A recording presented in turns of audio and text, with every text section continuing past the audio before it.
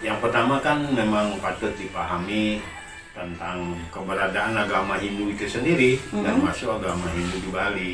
Jadi agama Hindu pada dasarnya dia memakai kitab suci namanya Weda. Sebenarnya apa sih yang sesungguhnya sesuai dengan Bisamo ataupun kejadian yang telah lalu yang diwariskan kepada Hindu Bali itu?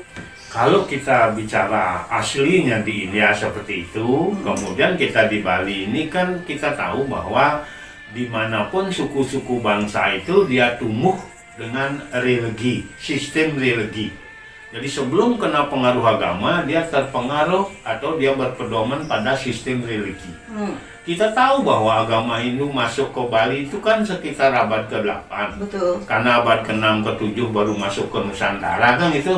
Nah, sebelum itu kan masyarakat Bali dia memakai pedoman religi. Religi yaitu kepercayaan. Ya, Gamatirta ya. Iya, kepercayaan yang memang bagaimana pimpinan-pimpinan atau tokoh-tokoh itu membuat komunitas masyarakat itu bisa juga dia mengadakan kebaktian, persembahyangan, dia bisa juga memelihara, menyadarkan dirinya dengan etika dan sebagainya, berkomunikasi dengan orang lain. Itu semuanya religi. Bahkan di situ kan dia percaya sama nenek moyang. Kalau ada leluhur yang meninggal itu dia akan ada di gunung, kan begitu. Maka itu dia kontak dengan apa? Dengan upacara religi. Apa yang dia bisa lakukan itu dia lakukan. Yantranya. Iya.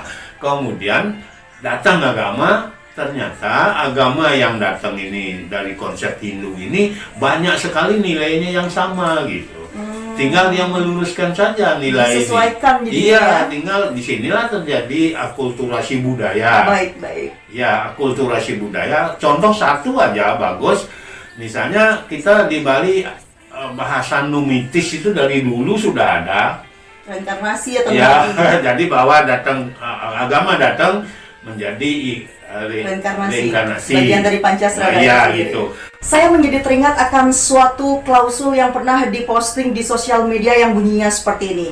Bahwa kita terdahulunya adalah menganut daripada pemujaan leluhur atau animisme, dinamisme, kemudian juga Megamatirta. Nah, kemudian dikarenakan Indonesia telah merdeka pada tahun 1945, menyebabkan Indonesia mengakui beberapa agama saja di Indonesia.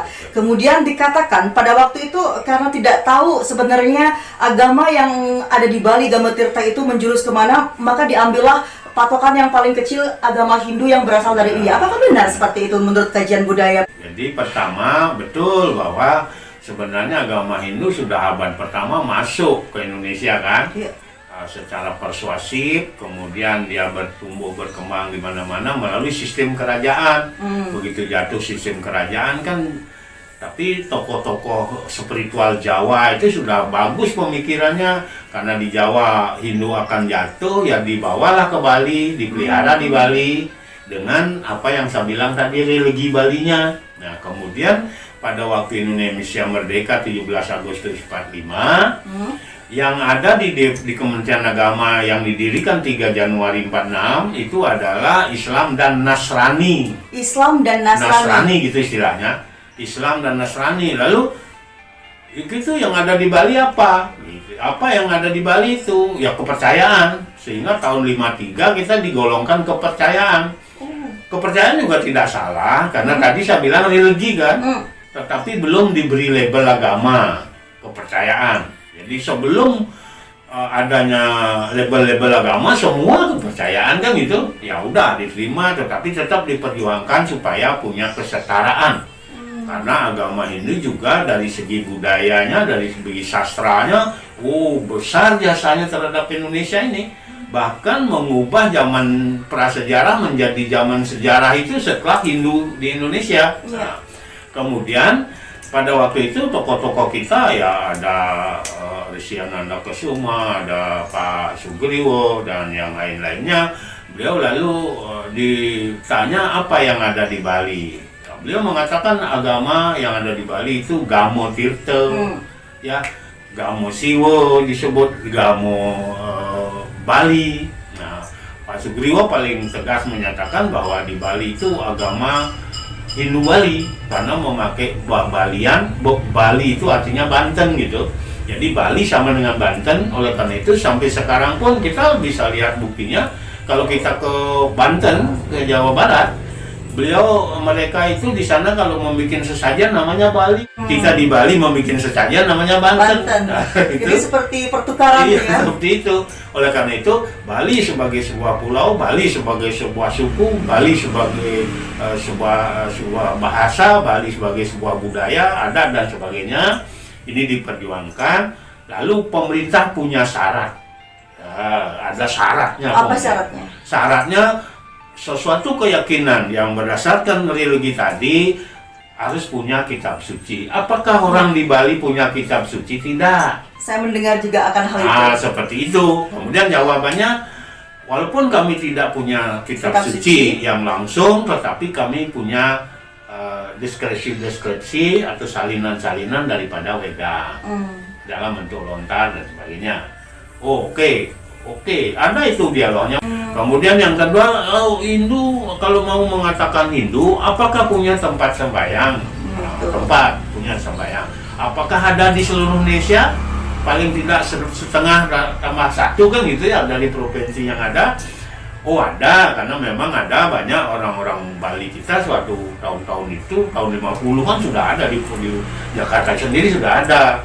Oke, jadi syarat itu sudah terpenuhi. Apakah juga punya sebutan namanya orang suci? Ya punya. Kalau di aslinya namanya Maharshi dan sebagainya, kalau di Bali kita punya aturan sendiri, Sulinge, Pedanda, ya, Senggu dan sebagainya, Pandita dan oke. Nah setelah terpenuhi syarat ini, lalu gimana usul Anda? Ini agama apa namanya? Ya gitu. Ya kami seperti yang diusulkan tadi, kami namanya agama Hindu Bali. Hindu Bali ya. Hindu Bali. Agama Hindu yang memakai Bali, Banten. Karena Ya. dia menggunakan Banten sebagai Banten, simbol ya, sarana. di pesertaan Banten itu ada tentunya tirtonya, ada tata cara berdoanya dan sebagainya. Itu alasannya inilah diterima, sehingga awalnya agama Hindu itu diterima dengan istilah agama Hindu Bali. Langsung pada tahun 58 itu di Departemen Agama Pusat itu diberilah kita bagian namanya bagian urusan agama Hindu Bali. Berarti bukan polemik Mahare Krishna sebenarnya yang memunculkan agama Hindu Bali. Ini sudah dimunculkan tahun berapa tadi? Tahun 58. Kemudian Parisade dibentuk oleh tokoh-tokoh kita juga. Pada tahun ini juga. Saya punya catatan itu. Ya. Di tanggal 22 sampai 23 Februari 59. Nama Parisadenya adalah Parisade Dharma Hindu Bali. Kala itu. Baik. Kemudian berkembang karena komunikasi juga meluas, tapi tidak seperti sekarang. Nah di tahun 64 kita semua berpikir bahwa agama Hindu ini yang sudah diakui oleh pemerintah dengan nama agama Hindu Bali, ternyata pesertanya bukan hanya suku Bali. Di Bali saja. Nah maka ayo kita sempurnakan. Yang disempurnakan namanya itu adalah di Parisade. Nanti tahun 64 itu namanya Parisade Hindu Dharma. Tapi pengakuan pertama sampai sekarang pun tidak pernah dirubah. Namanya agama Hindu Bali. Yang pertama memang sudah dirumuskan seperti itu. Bukan gara-gara ada Hari Krishna. Karena sebenarnya pertanyaan di masyarakat yang menyebabkan Hari Krishna. Saya tahu, saya juga baca di media seperti itu. Ya, dan alangkah bersyukurnya karena ada data dari Bapak Agustin Madengurah ini karena beliau dari dulu telah menggawangi segala hal terkait dengan Bali. Tahun 68 itu ada namanya Sabo kedua, belum namanya Mas Sabo dari Parisade itu ditambah lagi. Ya kalau begini kita namanya Parisade Hindu Dharma Pusat. Jadi kata pusat menunjukkan di mana sekretariatnya, di mana pusat daripada Parisade itu. Berkembang. Tahun 73 itu Mahasabha ketiga, tahun 80 itu Mahasabha keempat, tahun 85 Mahasabha ke-6.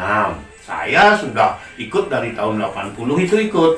Karena saya sudah jadi stafnya Kapolri, stafnya di Dinas Rawatan Rohani Hindu di Mabak Polri itu tahun 71. Wow, luar biasa. Jadi pada waktu itu Pak Ugeng juga sering meminta saya supaya cari istilah setiap hari, istilah-istilah untuk tanda penghargaan, istilah-istilah untuk dipakai nama kantor gitu. Kemudian di tahun 86 pada waktu Mahasabah itu saya mewilaya Indonesia Timur, saya mewakili 10 provinsi dari Indonesia Timur pada waktu orang membentuk membentuk kepanitiaan di dalam menentukan arah daripada Parisade itu. Nah, kemudian di situ ditambah lagi namanya, karena ada juga di India itu Parisad, maka kita sebaiknya pakai aja istilah Parisade Hindu Dharma Indonesia. Tahun 86. Baik. Ya, Mahasabah kelima. Di situ juga ditetapkan ada namanya hasil daripada seminar-seminar atau sarasehan yang dilakukan oleh pemerintah daerah dengan judul adalah aspek-aspek agama Hindu. Jadi ditetapkan sebagai keputusan Mahasabah yang mengikat umat. Salah satu di sana yang ditetapkan ada namanya metode pembinaan. Ada 6 dharma istilahnya, Dharma Wacana, Dharma Tula, Dharma Yatra, Dharma Sedana, Dharma Santi, dan Dharma Gita. Itu yang mengikat dipakai untuk kita jadikan pedoman sebagai metode. Dan sudah ditetapkan oleh Mahasabah. Setiap apa yang ditetapkan oleh Mahasabah itu memang mengikat umat Hindu. Ya. Nah kemudian baru terus dari sana, karena pada waktu tahun 86 itu Parisade yang pusatnya tadinya di Denpasar dipindahkan ke Jakarta, di Parisade Bali, lalu membuat juga Parisade Provinsi Bali.